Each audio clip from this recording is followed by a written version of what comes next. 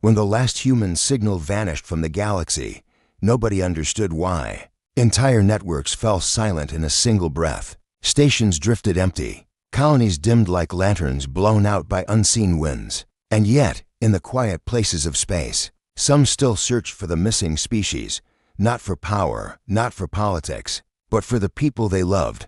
One of them was a young star cartographer named Reniel. Reniel lived aboard a drifting observatory on the edge of the crystalline Veil Nebula. The station was tiny, more decoration than home, glass floors, circular hallways, and humming consoles that she had programmed to sing in soft tones at night. She preferred quiet worlds, quiet skies, quiet hearts. Or she had, until the humans vanished and took someone with them. That someone was Milo, a human botanist she had met 3 years earlier on an abandoned moon where glowing flowers grew in the snow. Milo had smiled differently from anyone she had ever known, gently, like he saw beauty in the world even when it wasn't trying to be beautiful, like the universe didn't have to earn his affection. He had promised he would visit again. He had promised he'd bring seeds from Earth. And he had promised, in that soft, shy way of his, that they would keep learning each other's worlds. And then he disappeared. The galaxy called it the quiet exodus, humanity leaving all at once, without a trace, without explanation, without even a farewell. But Reniel refused to believe he'd leave without a message. She refused to believe he would vanish without one final sound. So she listened every night. She sat beneath her glass observation dome, the stars glittering above her like cold lanterns. She tuned her receivers to every frequency she could imagine, abandoned navigation bands, old distress channels, even the faint whispering static near the cosmic boundary streams. She searched through layers of silence deeper than oceans. Most nights, she heard nothing. But tonight, something changed. It started as a trembling pulse that shivered through her floor. Her console lit up, soft orange, like a sunrise trapped beneath crystal. A signal, not strong enough to identify, not long enough to interpret, but unmistakably human. The cadence, the rhythm, the mathematical spacing. Her heartbeat stuttered. Her breath caught. Milo? She whispered, even though she knew a signal could not hear her. The pulse repeated once, then fell silent. Reniel scrambled to stabilize the frequency, fingers trembling as she rerouted power from the station's greenhouse. Bright vines drooped in the sudden dimming, but she whispered an apology to them as she worked.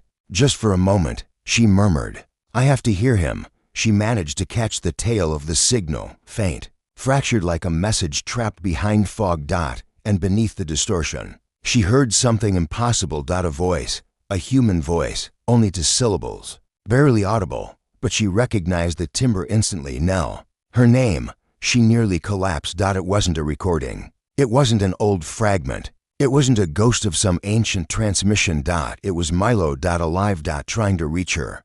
The signal cut out, but she didn't panic. Not yet. She had coordinates now, scrambled, unstable, but real. She pulled them up on the central map. A cluster of stars brightened to the west of the Veil Nebula, an uncharted region, a place no species claimed. A place humanity might have gone. Reniel pressed her forehead to the glass window. "You're alive," she whispered. Her voice shook. "You're really alive." And then the emotion changed, from relief to something warmer, deeper. It filled the small observatory like rising heat, like sunlight after too many winters. She had missed him, more than she could admit, more than she had allowed herself to feel. She placed her hand over her heart. "I'm coming," she told the silence, as if the silence could carry her vow. "Wherever you are, whatever happened, I'm coming." Her ship, a small silver vessel named Lorelei, was already docked beneath the observatory. She descended the spiral ramp, her steps echoing through the quiet station she had lived in for years. She paused only once, looking back at the place that had held her grief. Then she boarded the ship. Engines hummed awake. Navigation lights flickered like sleepy stars. "Set course," Reniel whispered, "for the coordinates in the final signal." The ship plotted a path, jagged, uncertain, through uncharted dark. Reniel smiled. "Milo, hold on." The Lorelei tilted toward the nebula and slipped into the glittering dusk of the cosmos, chasing the echo of a voice that refused to be forgotten. And somewhere far ahead, beyond known maps, A young botanist felt the tiniest warmth in his chest, as if someone he loved had finally heard him. The chamber of the Galactic Council had never felt so vast, and yet so suffocating. Its ceiling, woven from starlight captured over 1,000 cycles, flickered with a faint, sickened glow. Delegates whispered in hushed tones, their voices thin, brittle, as if sound itself feared to exist. A chair near the center sat empty, untouched since the last time a human representative had occupied it.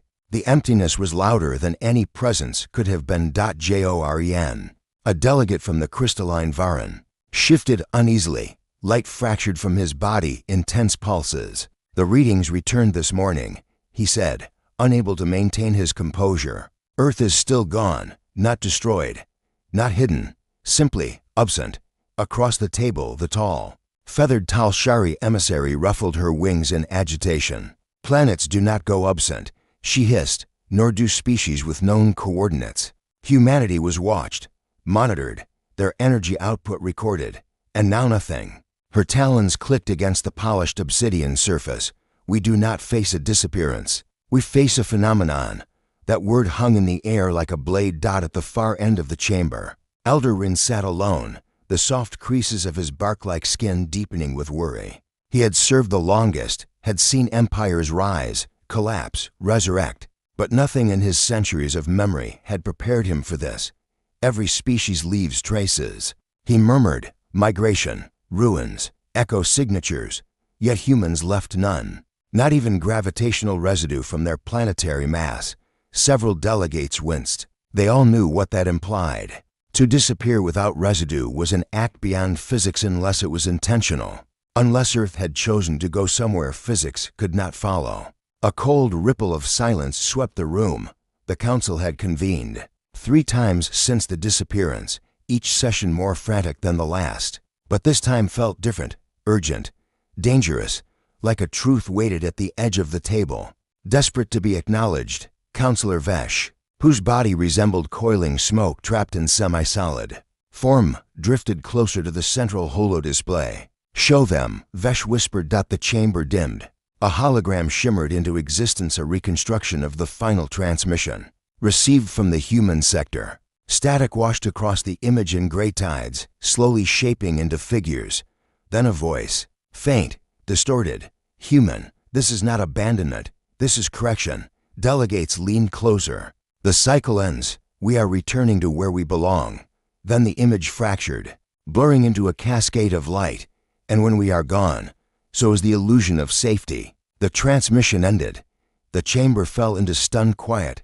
No one spoke for several breaths. Even the starlit ceiling dimmed further, responding to the tension like a living sentinel. Talshari emissary Vela's voice was barely above a whisper. "What did they mean by returning? Returning where?" That phrase again, Joren muttered. "Correction." As if the galaxy itself was incorrect, the delegates exchanged uneasy looks. Somewhere in the center of the chamber, the empty, human seat seemed to deepen, as though becoming a hollow that pulled the room inward. Elder Rin rose slowly, his wooden frame creaking. "We must accept," he said gravely, "that humanity did not vanish under Duras. They departed of their own will." "Why would any species abandon their home?" Vela demanded. Rin gazed at the empty seat. "Because they knew something we did not." That was the moment fear bloomed, real fear, ancient fear. The kind that lived under starlight and slept beneath cosmic tides. The kind the Council had never associated with humanity. The Council had once dismissed humans as unpredictable, emotional, short-lived creatures who caused more noise than damage. They were tolerated, occasionally admired, often mocked. No one mocked them now. Counselor Vesh drifted forward again. "There is one more piece," they whispered, their smoky form tremoring, a signal we intercepted 12 rotations after their disappearance. The display flickered again. This time, only a short phrase appeared, translated automatically into every language in the chamber. "Do not follow us. The void remembers, and it does not forgive." The text vanished as quickly as it came. For several seconds, nothing moved. No voice dared rise. No breath disturbed the stagnant air. In a quiet corner, Joren finally exhaled. "Crystals dimming. So this is fear," he murmured. "True fear, The kind they tried to warn us about. No, Rin said weakly, sinking back into his seat. Fear is what we feel now. Terror is what will come when we learn why they left. The chamber lights pulsed once almost like a heartbeat. Something had awakened in the galaxy, and the Council could no longer pretend they were in control. The alarms rang for the first time in centuries. Not the routine warnings, not the diplomatic alerts, not the navigational beacons they were too soft, too civilized. No, this sound was older, raw. A resonant wail carved into the bones of the Council Hall long before the galaxy knew peace. A void breach alarm. Delegates froze mid-step, mid-breath, mid-thought. Conversations shattered. Light flickered across the chamber as holograms collapsed under the weight of the ancient siren. Elder Rin rose, tall as a weathered tree in a storm. Report, he demanded, though his voice trembled. A guardian sentinel at the entrance, the closest thing to a soldier the Council had ever needed, projected urgent data streams. A disturbance has formed at the coordinates once occupied by the human homeworld. The sentinel intoned. It is growing. The words were simple. The meaning was not. Growing into what? Vela asked, feathers lifting in dread. The sentinel paused, as if unwilling to answer. A tear. Silence hit the chamber harder than any explosion. Delegates surged toward the great hollow window overlooking the starfields. From this vantage, the galaxy often looked tranquil, serene, beautiful. But today, even the stars seemed to recoil. At the coordinates marked as Earth's former orbit. Space itself distorted, not like a wormhole, nor a hyperspace ripple, nor any anomaly listed in the Council's expansive scientific archives. This was something else, something with intent. The distortion pulsed slow, heavy, deliberate. Like a breath, Joran's crystalline body flickered erratically. That is no natural phenomenon, he whispered. Something is pushing from the other side, or pulling from this one, Vela countered. Elder Rin closed his eyes, reaching through his ancient memory. There were legends, he murmured. Old myths of a realm beyond our galaxy's edge. A place that predates starlight. Stories, someone scoffed weakly. Fables, nothing more. Rin's eyes opened dark, solemn. Then tell me why the humans spoke of a return no one could. The tear widened again. This time, visual distortions trembled through the stars, warping constellations. A low-frequency hum rolled through the chamber, vibrating the delegates' bones. Vesh. The smoky counselor drifted backward as though pushed. The void remembers, they whispered. Their message warned us. This is what they feared, and they left us here with it. A delegate cried. No, Rin said softly. They left because of it. The realization rippled through the chamber. Humanity didn't run. Humanity migrated away from something that was not supposed to exist. But now it was coming. The investigation vessel Council sent a single Vessler research craft, lightly armed, piloted by the best minds from 3 species. Not a warship. The Council had no warships. They had never needed them. Transmitting mission feed, the Sentinel announced. The chamber lights dimmed as the feed projected onto the central days. The ship drifted toward the distortion, stabilizers groaning under gravitational stress. Space around the tier pulsed like a heartbeat, sending waves across its hull. Inside the craft, the lead investigator, a being of liquid metal named Shira, spoke calmly despite the tension. We are approaching the anomaly. Preparing resonance mapping. The craft edged closer. The hum intensified, rattling even the Council Hall. Delegates pressed forward in instinctive horror. Suddenly the distortion spasmed. A wave of darkness surged outward, not the absence of light, but the presence of something deeper, older, something that swallowed starlight whole. The ship's lights flickered. Shira's voice cracked through the feed. We're detecting structures. What kind of structures? Joran asked, voice tight, not physical, imprints, like fingerprints pressed into the fabric of space. Meaning? Shira hesitated. Liquid metal ripples of fear coursed through her silhouette. Meaning something opened this tier before. The chamber reacted with gasps and horrified murmurs. Return at once, Rin ordered. Do not engage. Do not probe further. But it was already too late. The tier convulsed violently. A shockwave slammed into the vessel. The feed spun into chaotic distortion shrieks of metal. Scattering sparks, the final tremor of a hull unable to withstand the pressure. Then a voice. Not from the crew, not from any known species. A whisper, deep and hollow, echoed through the broken transmission. "Why do you linger?" Delegates froze. They fled for a reason. The feed went silent. The vessel was gone. The aftermath chamber descended into frantic panic. "We must evacuate. We must seal the sector. Destroy the tear, do something." Eldarin stood still, unmoving. As chaos churned around him, his voice, when it finally emerged, carried the weight of impending doom. "We were wrong to fear humanity's departure," he said, eyes locked on the growing tear. "We should have feared what would follow them." The council chamber had become a nest of shadows.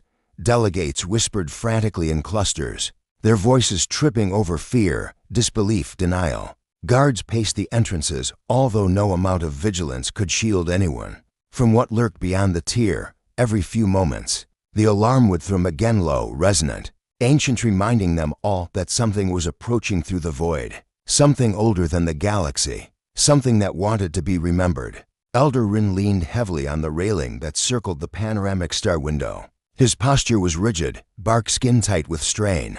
"We have lost the vessel," he murmured, though he had no need to repeat it. "And now we have lost time.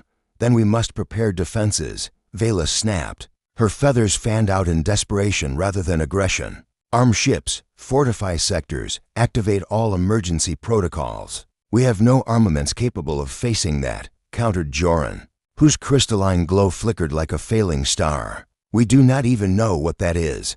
"Something humanity feared," Vesh whispered. Their smoky form drifted like a lost thought. Something they tried to escape. All eyes returned to the tier, larger now, throbbing with slow, hungry pulses. Each pulse dimmed nearby stars as if drawing light inward, consuming brilliance to feed itself. Then a chime, soft, gentle. Wrong. A new signal was being intercepted. The council froze. "Source?" Rin demanded. The sentinel projected a cascading sequence of symbols across the air. The language was old, very old. Some delegates shuddered as instinct recognized what logic could not.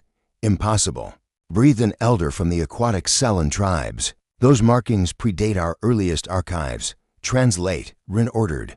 The symbols shimmered, rearranged, and finally settled into a fragment of text only 3 lines long.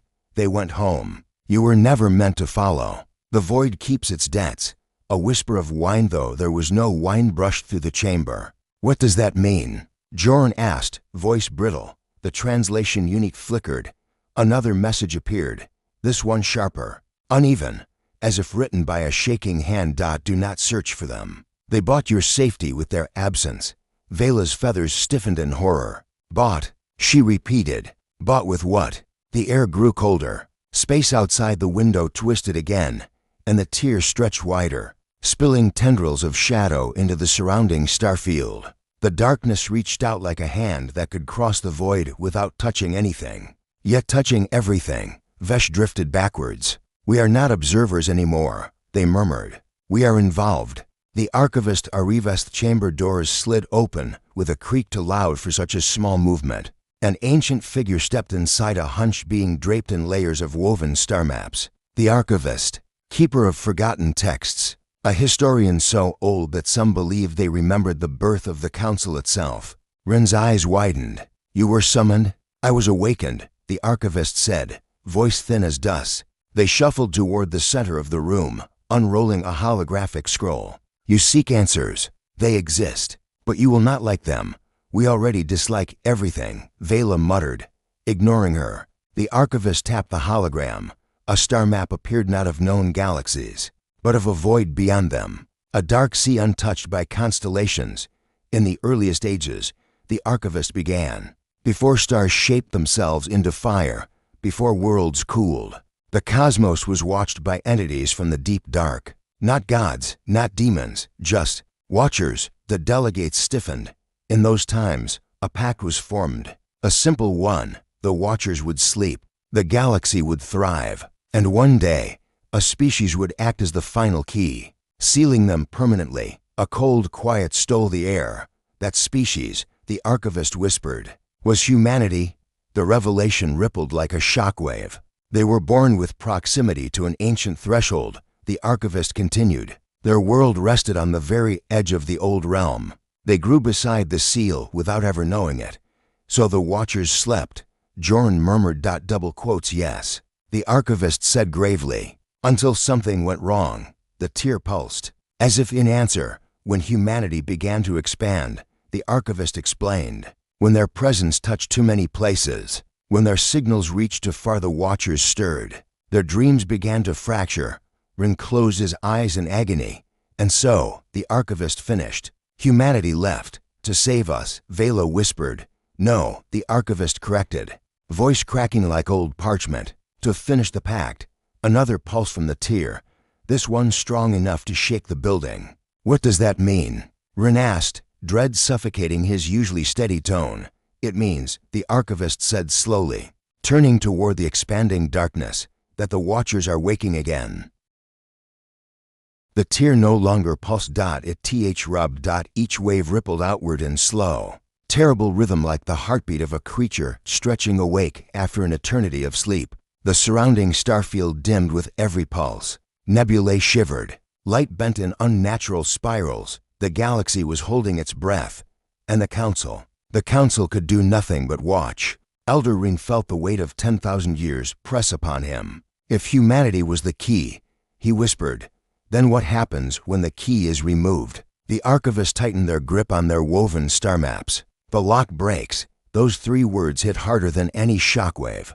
A new message flickered into existence above the days. Not intercepted, not transmitted, simply appearing, as if the void itself wished to speak. The seal is undone, their dream is ended now. They wacketh. Chamber lights flickered violently. Delegates staggered backward. Some collapsed. A few simply froze, unable to breathe. Vesh drifted toward the window, smoky body trembling. The void is moving. The tears stretched upward, downward, outward, as if unfurling into something with shape. Not random distortion, not chaos, a silhouette. Massive. Unfathomable. The sound that followed wasn't sound at all, it was a pressure, a memory, a vibration felt through bone and thought, as though the galaxy itself recoiled from recognition. The first watcher had opened an eye, just one eye, and stars died in its reflection. Vela's wings clamped flat against her back. We must flee, she breathed. Consequences be damned. Evacuate the council. Abandon this sector. Abandon everything. No, the archivist's voice rang sharp, firmer than their frail frame should have allowed. Running is the one thing we cannot do. Rin turned slowly. Why not? Because they will follow. The archivist nodded toward the tear. They always follow what wakes them. The delegates shuddered. Joran's crystal body vibrated with a dull, painful hum. What did humanity do? He whispered. What was the pact truly? The archivist hesitated. The pact was a trade. Vela echoed. Someone had to remain near the threshold. Someone had to endure the watcher's dreams. Someone had to keep them sleeping. Rin swallowed, bark skin creaking. And humanity accepted that burden? No. The archivist looked at the tear, sorrow etched across their ageless features. They were chosen. A terrible stillness overtook the chamber, and when humanity grew too powerful, too numerous, too loud across the stars, the archivist continued. Their presence no longer lulled the watchers. It agitated them. So humanity did the only thing they could. They left, Rin murmured. They left everywhere. The archivist corrected. They removed themselves from the universe entirely, so the watchers would lose their anchor. Did it work? Joran asked. The tear swelled again, enormous now, framing the silhouette of something with many eyes, each one opening, each one reflecting starlight like a memory of hunger. No, the archivist whispered. It delayed them. Nothing more. The final transmission, a soft chime echoed.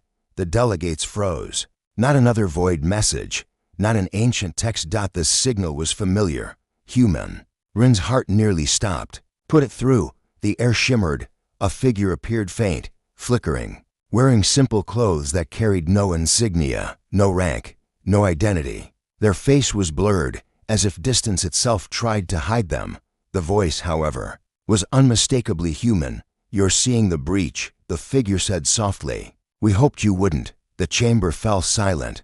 We left for one reason, to pull the watchers away from your galaxy. They follow thought, memory, presence, We removed all three. The tear pulsed. The silhouette leaned closer, but they are waking faster than expected. The figure raised their head. Do not try to save us. Do not search for us. Do not call to us. The signal trembled, distorted. If the Watchers know we still care for this galaxy, they will return here, and none of you are ready to see them awake. The delegates stood frozen, breathless, horrified. Survive. That is all we ask. The figure glanced sideways, as though sensing something moving in the darkness. Then they spoke one last sentence, quiet, almost tender. We're buying you time. The transmission cut. The first step forward the Watcher moved. Only slightly. Barely a shift, but that tiny motion sent gravity rippling across systems. Planets groaned under the sudden pressure. Comets fractured. A nearby star winked out like a dying candle. Rin pressed a hand to the window. Voice barely audible. This is not fear. His eyes locked onto the awakening shape. This is extinction. Above the tear. More eyes opened. The Watchers were waking fully now, and the galaxy understood the meaning of true fear.